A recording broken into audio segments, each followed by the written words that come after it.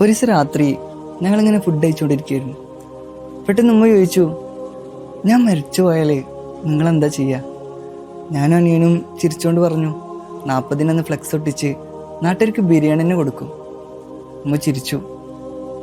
അന്ന് രാത്രി ഞാൻ കിടക്കുമ്പോൾ ഞാൻ ശരിക്കും ആലോചിച്ചു പോയി, ഉമ്മ മരിച്ചു പോയാലേ ഞാനെന്താ ചെയ്യുക?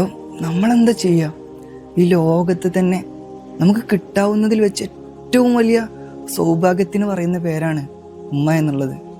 ഉമ്മ എന്ന് നീട്ടി വിളിക്കുമ്പോൾ നീ കുറച്ചു നേരം പോയി വാപ്പാനെ വിളിക്കട്ടോ എന്ന് പറയാൻ അവിടെ അങ്ങനെ ഒരാളില്ല എന്നുണ്ടെങ്കിൽ ഇങ്ങനെ പറയുന്നത് കേട്ടിട്ടുണ്ട്. ചിലരുടെയൊക്കെ വില നമുക്ക് മനസ്സിലാവണമെന്നുണ്ടെങ്കിൽ അവർ നമ്മളടിയിൽ നിന്ന് അങ്ങോട്ട് ഇല്ലാതായി പോകേണ്ടി വരും.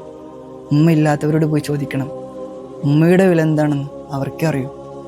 കുറച്ചൊക്കെ വലുതായാൽ പക്ഷെ നമുക്ക് തോന്നും ഈ കാര്യങ്ങൾക്കൊക്കെ നമ്മൾ മതി, ഒന്നുമില്ലെങ്കിലും കുഴപ്പമില്ലാന്ന്.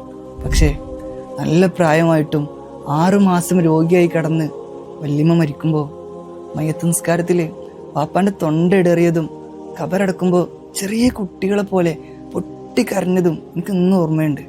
മുഹമ്മദ് അബ്ബാസിൻ്റെ ഒരു വാക്കുണ്ട്, ഉമ്മയില്ലായ്മ അതൊരു ജീവിതാവസ്ഥയാണ്, സ്നേഹമില്ലായ്മ പോൽ ജീവനില്ലായ്മ പോൽ എന്തോ ഒന്ന്. Happy mother's day. Download ShareChat.